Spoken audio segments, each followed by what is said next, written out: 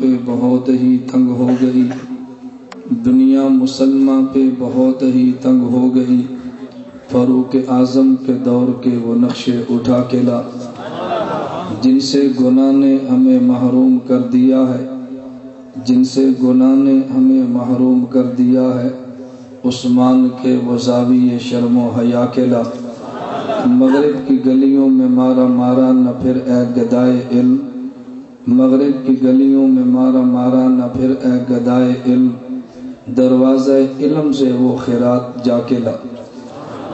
معزز علماء کرام، میرے نہایت واجب الاحترام بزرگوں، مسلک اہل سنت والجماعت سے تعلق رکھنے والے وجود نوجوان دوستوں اور بھائیوں، جس طرح آپ حضرات کے سامنے مفتی آصف صاحب دامت برکاتہم اعلان فرما رہے تھے، آپ حضرات کو میرے مزاج اور عادت کا پتہ ہے، میں اپنی زبان سے ان باتوں کے تذکرے نہیں کرتا۔ مجھے مفتی صاحب نے فرمایا کہ ربیع الاول میں بہر صورت ایبٹ آباد میں تو نے آنا ہے، میں نے ان کی رائے کو حکم سمجھ پر عمل کی کوشش کی ہے، ورنہ یقین فرمائیں کہ رات 2 بجے میرا جلسہ شجاع آباد تھا، صبح 7 بجے میں گھر پہنچا اور 10 بجے میں نے گھر سے سفر شروع کیا اور ٹھیک 1 بجے گلزار قائد مرکزی مسجد کے ممبر پر موجود تھا۔ کسی کو یقین نہیں آتا کہ 10 بجے سرگودا سے چل کے 1 بجے کو بندہ گلزار قائد مسجد میں پہنچ سکتا ہے، ان کو بھی یقین نہیں تھا، لیکن بات چل پڑی۔ میں اس لیے کہتا ہوں ایسے اسفار میں اپنے ڈرائیور سے کہتا ہوں بھی تم گاڑی مت چلاؤ، آپ نے میرے بیان کی سپیڈ دیکھی ہے، میری ڈرائیونگ کی سپیڈ نہیں دیکھی۔ میں مذاق میں بات نہیں کرتا، میری عادت نہیں ہے لطیفے اور قصہ گوئیاں، تو میں 170 کی سپیڈ پہ موٹر وے پہ آیا، پھر ٹول دلوا کے آیا، 750 کا جرمانہ بھی لیا، لیکن ٹھیک وقت پہ میں اسٹیج پر پہنچا۔ میرا ان سے وعدہ تھا، میں نے کہا انشاءاللہ میں وعدے میں بے وفائی نہیں کروں گا۔ مغرب کے بعد ہمارا اٹک بیان تھا، عشاء کے بعد آپ کا بیان ہے، اس 24 گھنٹے میں عصر سے لے کر مغرب تک 1 گھنٹہ ہماری نیند پڑتی ہے، لیکن آپ حضرات دیکھ لیں، آپ تھکے تھکے نظر آتے ہیں، میں تازہ تم نظر آتا ہوں۔ اللہ آپ کو مسلک کا درد عطا فرما دے، اور کچھ بھی نہیں، میں کہتا ہوں اللہ مسلک کا درد عطا فرما دے، تو پھر یہ باتیں آدمی کو چنگا اور انوکھی محسوس نہیں ہوتی۔ مفتی صاحب نے فرمایا، اس لیے میں نے بطور تتمہ کی یہ بات عرض کر دی ہے، اللہ مجھے مسلک کی ترجمانی کرنے کی توفیق عطا فرمائے۔ جیسے مفتی صاحب فرما رہے تھے، میں اس پہ حق جل مجدہ کا جتنا بھی شکر ادا کروں کم ہے کہ مسلک دیوبند کے پوری دنیا میں بسنے والے اکابرین میں سے کوئی ایک بزرگ بھی آپ ایسا نظر نہیں آئے گا جس کا ہاتھ ہماری کمر پہ نہ ہو۔ یہ شرط ہے کہ وہ ہو دیوبند والا، یہ شرط ہے کہ وہ ہو، بولیے نا، ہو دیوبند والا، دیوبند کے نام پر نہ ہو، دیوبند والا ہو، ہماری مخالفت انشاءاللہ نہیں کرے گا۔ میں بات بڑی کھلی کھلی کرتا ہوں، مجھے ملامت کی کوئی پرواہ نہیں، کسی کی شاباش کی قطعاً حاجت نہیں۔ اللہ موت کے بعد کا معاملہ صاف فرما دے، دنیا میں شاباش سے کچھ نہیں بنتا۔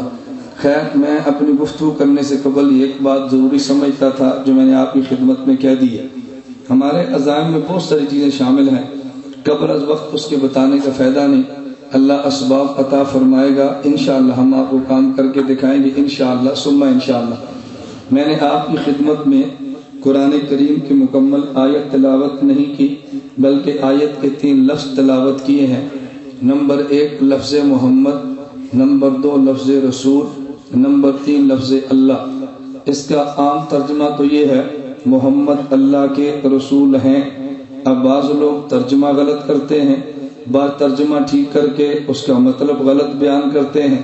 دعا یہ کریں اللہ میں قرآن ٹھیک پڑھنے کی بھی توفیق دے، قرآن کا ترجمہ بھی ٹھیک کرنے کی توفیق دے، اور قرآن کا مطلب بھی ٹھیک بیان کرنے کی توفیق عطا فرمائے۔ یہ تینوں باتیں علماء کی ذمہ داریوں میں شامل ہیں۔ آدمی قرآن غلط پڑھے تو بھی ٹھیک نہیں، ترجمہ غلط کرے تو بھی ٹھیک نہیں، اور مطلب بیان کرے تو بھی ٹھیک نہیں۔ جو بات میں نے آپ کی خدمت میں پیش کی ہے، آپ میری بات کو سمجھے نہیں ہیں، اگر سمجھتے تو آپ کا ذوق اور ہوتا۔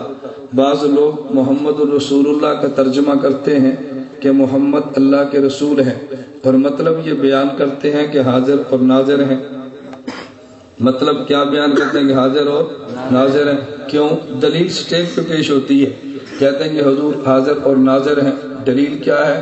محمد رسول اللہ، محمد اللہ کے رسول ہیں. حاضر ناظر ہوئے تو تبھی ہیں نا، ورنہ ہیں آپ کیوں کہتے؟ مجھے ایک آدمی نے ایک دلیل پیش کی. میں نے کہا کہ ابا جی زندہ ہیں؟ کہتا ہے جی زندہ ہیں. میں نے کہا کہاں پر ہیں؟ کہتا ہے سعودیہ. میں نے کہا ذرا اپنی زبان سے کہو ابا جی زندہ ہیں. کہتا ہے جی ابا جی زندہ ہیں. میں نے کہا حاضر ناظر ہوئے نا؟ کہتا ہے جی کیوں؟ میں نے کہا ہیں نہیں. کہتا ہے جی ہیں مگر سعودیہ میں ہے نا. میں نے کہا حضور بھی سعودیہ میں ہے نا. تیرے ابا جی سعودیہ میں تو نے ہیں کہا، وہ حاضر ناظر نہیں بنے، تو پیغمبر مدینہ میں ہیں کہنے سے وہ حاضر ناظر کیسے بنے؟ تھوڑا سا ہیں کہہ کے زور لگائیں، اس سے حاضر ناظر نہیں بنتا. حاضر ناظر بنانے کے لیے کچھ اور زور لگانا پڑتا ہے. تو لا الہ الا اللہ محمد رسول اللہ. میں یہ بات اس لیے کہتا ہوں کبھی لوگ قرآن کا معنی تو ٹھیک کرتے ہیں، مطلب غلط بیان کرتے ہیں، اور ہمیں کئی بار اشکال معنی سے نہیں ہوتا، اشکال ہمیں مطلب سے ہوتا ہے. قرآن کریم کی آیت ما کان محمد ابا احد من رجالکم ولکن رسول اللہ وخاتم النبیین. مرزا قادیانی بھی پڑھتا ہے، یہی آیت ہم پڑھتے ہیں، یہی آیت اسمبلی میں پیش ہوئی. مرزا ناصر نے اسی آیت کو پیش کیا، مفتی محمود صاحب نے اسی کو پیش کیا. مرزا ناصر کہنے لگا خاتم عربی زبان میں مہر کو کہتے ہیں، اور ہم بھی حضور کو نبیوں کی مہر مانتے ہیں. جس پر مہر لگاتے جائیں گے وہ نبی بنتا جائے گا. ہم بھی مہر مانتے، کون سا نہیں مانتے. حضرت مفتی صاحب فرمانے لگے قرآن کی آیت جو ہم تک پہنچی ہے، یہ آیت ہمیں دینے والے کون ہیں؟ اللہ کے پیغمبر کی زبان سے آیت ہم نے سنی ہے. ناصر کہتا ہے جی نہیں. فرمایا کس نے دی ہے؟ اس نے کہا جی حضور نے صحابہ کو دی ہے، صحابہ نے تابعین کو دی ہے، ان نے اتباع تابعین کو دی ہے، اور یہ سلسلہ بات ہم تک پہنچی ہے. مفتی صاحب نے فرمایا یہ جو آیت اللہ نے نبی کو دی تھی، اللہ نے آیت کا معنی بھی دیا تھا. اس نے کہا دیا تھا. تو جو حضور نے آیت صحابہ کو دی معنی دیا تھا؟ اس نے کہا جی دیا تھا. جو صحابہ نے تابعین کو آیت دی تو معنی دیا تھا؟ انہوں نے کہا دیا تھا. تو مفتی محمود فرمانے لگے تم نے جو آیت نبی سے لے کے ہم تک پیش کی ہے، اس آیت کا ایک معنی تو کرتا ہے، ایک معنی میں کرتا ہوں. اگر تیرے والا معنی اصحاب پیغمبر سے لے کے امت نے لیا ہو تو بات تیری ٹھیک ہے، اور اگر معنی میرے والا ہو تو بات میری ٹھیک ہے. اس کا مرزا ناصر کے پاس کوئی جواب نہیں تھا، کیونکہ لوگ قرآن پڑھتے ہیں معنی اپنا کرتے ہیں. ہم نے کہا قرآن پڑھیں معنی اپنا نہ کریں. قرآن پیغمبر سے لیں تو معنی پیغمبر سے لیں، پیغمبر کی حدیث صحابہ سے لیں تو معنی بھی صحابہ سے لیں. بس جھگڑا اتنا ہے. لوگ کہتے ہیں یہ قرآن نہیں مانتے. میں نے کہا قرآن تو مانتے ہیں، لیکن قرآن کا معنی جو آپ نے کیا ہے وہ معنی نہیں مانتے. پیغمبر کی حدیث تو مانتے ہیں، حدیث کا معنی جو آپ نے کیا ہے وہ معنی نہیں مانتے. میں اس میں 3 مثالیں دیتا ہوں، آگے پھر بات چلاتے ہیں. میں نے کہا نمبر 1 ما کان محمد ابا احد من رجالکم ولکن رسول اللہ وخاتم النبیین. مرزائی کہتے ہیں خاتم کا معنی مہر ہے، ہم نے کہا خاتم کا معنی آخری ہے. اب مرزائی ہمیں کہتے ہیں کہ دیکھو جو مسلمان قرآن نہیں مانتے. ہم نے کہا قرآن تو مانتے ہیں، لیکن قرآن کا جو معنی آپ نے کیا ہے وہ معنی نہیں مانتے. قرآن نہ ماننا اور ہے، اور جو تم نے معنی بیان کیا وہ معنی نہ ماننا اور ہے. نمبر 2 حدیث سے مثال لو. نبی پاک صلی اللہ علیہ وسلم نے فرمایا لا صلاۃ لمن لم یقرأ بفاتحۃ الکتاب، کہ جو بندہ فاتحہ نہ پڑھے اس کی نماز نہیں ہوتی. ہم امام کے پیچھے فاتحہ نہیں پڑھتے. ہمیں غیر مقلد کہتا ہے کہ دیکھو یہ حنفی حدیث نہیں مانتے. ہم نے کہا حدیث تو مانتے ہیں. تم نے حدیث کا معنی کیا ہے کہ جو فاتحہ نہ پڑھے، جو میں امام بھی شامل ہے، جو میں مقتدی بھی شامل ہے، جو میں منفرد بھی شامل ہے، ہم یہ معنی نہیں مانتے. اس حدیث کا معنی حضرت جابر بن عبداللہ رضی اللہ عنہ پیغمبر کے صحابی نے یوں کیا ہے ان ھذا اذا کان وحدہ، یہ حدیث اکیلے کے لیے ہے. تو نے کہا مقتدی کے لیے ہے. ایک حدیث کا معنی صحابی نے بیان کیا، ایک حدیث کا معنی وہابی نے بیان کیا. ہم معنی صحابی والا لیتے ہیں، وہابی والا نہیں لیتے. ہم حدیث تو مانتے ہیں، لیکن حدیث کا معنی جو تم نے بیان کیا وہ معنی نہیں لیتے. حدیث نہ ماننا اور بات ہے، اور حدیث کا جو معنی تم بیان کرو وہ معنی نہ ماننا اور بات ہے۔ نمبر 3، مجھے ایک لڑکا کہنے لگا اور یہ طالب الرحمان غیر مقلد، یہ کہ ہری پور تمہارے قریبی غالباً اس کے رشتہ داری ہے، یہ بلا کا تعلق یہاں سے بھی ہے۔ مجھے اس نے کہا اور یہ طالب الرحمان کہتا ہے، اور میری بات کو سنو اور کان کھول کے سنو، پورا نمائندہ اجتماع ہے۔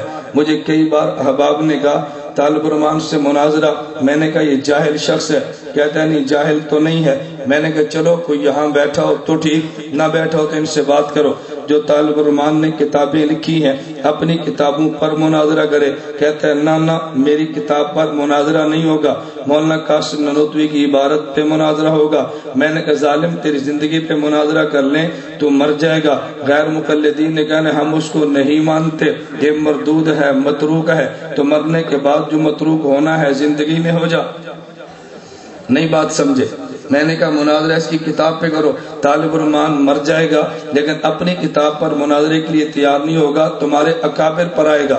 میں کہتا ہوں یار جس بندے کی اوقات ہے اس کی اوقات تو یاد دلاؤ۔ ہمارے ساتھ یہ کہ نہیں، حضرت مولانا تھانوی کی عبارت، شیخ زکریا کی عبارت۔ میں نے کہا طالب الرحمان سے مناظرہ طالب الرحمان کی کتاب پہ کرو۔ خیر جو بات میں سنا رہا تھا میری بات تو آپ نے سمجھ لی نا۔ اگر طالب الرحمان آپ کے علاقے میں آئے اور اکابر دیوبند کی عبارات کی بات کرے، اسے کہنا تجھ سے تیری عبارات پہ بات کریں گے، تو اپنی عبارات کا سچا ہونا ثابت کر، پھر اکابر دیوبند کی عبارات پہ بات کرنا۔ کہتا ہے نہیں مجھ پہ بات نہ کرو، اپنے اکابر کی صفائی دو۔ میں نے کہا ہمیں اپنے اکابر کی صفائی کی ضرورت نہیں، تم اپنی صفائی کی بات کرو۔ خیر مجھے ایک شخص کہنے لگا وہ جی طالب الرحمان نے کہا ہے میں حنفیوں کا کفر امام ابو حنیفہ کے عقیدے سے ثابت کر دوں گا۔ میں نے کہا بتاؤ۔ کہتے ہیں امام ابو حنیفہ فرماتے ہیں اللہ مستوی علی العرش ہے، اور یہ حنفی کہتے ہیں اللہ ہر جگہ پر ہے۔ امام ابو حنیفہ فرماتے ہیں اللہ مستوی علی، بولی اللہ مستوی علی العرش، اور جو اللہ کو مستوی علی العرش نہ مانے وہ کافر ہے۔ اور حنفی کہتے ہیں دیوبندی اللہ ہر جگہ پر ہے۔ دیکھو تمہارا امام تو کہتا ہے اللہ مستوی علی العرش ہے، مستوی علی العرش نہ مانو تو کافر ہے، تم کہتے ہو ہر جگہ پہ ہے۔ میں نے کہا یار تمہیں خدا عقل عطا فرمائے، ہمارے امام نے فرمایا اللہ مستوی علی العرش ہے، لیکن مستوی علی العرش کا معنی اللہ عرش پہ رہتا ہے۔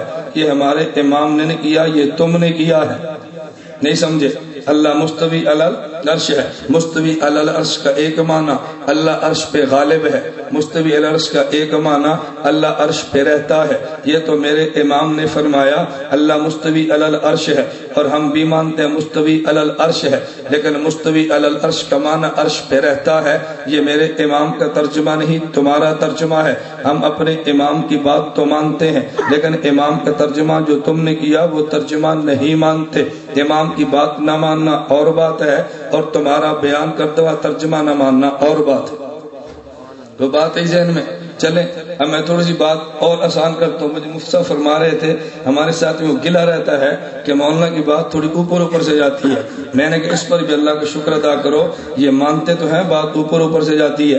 حکیم الامت مولانا اشرف علی تھانوی نے بیان کیا، ایک شخص نے کہا مولوی صاحب نے حضرت تھانوی صاحب آپ نے اتنا مشکل بیان کیا ہے ہماری عوام تو سمجھی نہیں۔ حضرت حکیم الامت تھانوی بھی حکیم الامت ہے، حضرت نے فرمایا اگر میرا آج کا بیان یہ عوام نہیں سمجھی تو اچھا، اگر سمجھ گئی تو بہت اچھا، اگر ان کو سمجھ آیا تو اچھا۔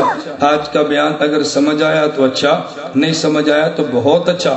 وہ مولوی صاحب کہنے لگے حضرت ہمیں تو آپ کے جملہ بھی سمجھ نہیں آیا، اگر عوام کو بیان سمجھ آ گیا تو اچھا، نہیں سمجھ آیا تو بہت اچھا۔ فرمایا ہمیں تو جملہ بھی سمجھ نہیں آیا۔ حکیم الامت تھانوی کا جواب سنو، فرمایا بیان سمجھ آ گیا تو اچھا، کیا مطلب؟ جو مسئلہ میں سمجھانا چاہتا تھا ان کو مسئلہ سمجھ آ گیا، نہیں سمجھ آیا تو بہت اچھا۔ کیوں؟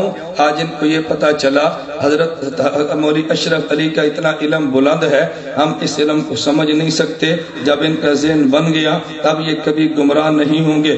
گمراہ تب ہوتے ہیں، ٹھیک ہے تمہارے پاس بھی علم ہے، ایم اے ہم نے بھی کیا ہے، ٹھیک ہے درس نظامی تم نے کیا ہے، اسلامیات میں بھی یہ ہم نے بھی کیا ہے۔ گمراہ تو ظالم اس لیے ہوتے ہیں اگر ان کا یہ دماغ بن جائے علماء کا علم ہم سے بہت بلند ہے تو گمراہی کا تصور بھی ختم ہو جائے۔ حضرت تھانوی نے فرمایا سمجھ آیا تو اچھا، نہیں سمجھ آیا تو بہت اچھا۔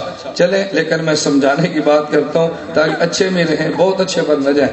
میں نے آیت کے 3 لفظ تلاوت کیے ہیں، نمبر 1 لفظ محمد، نمبر 2 لفظ رسول، اور نمبر 3 لفظ اللہ۔ میں آج لفظ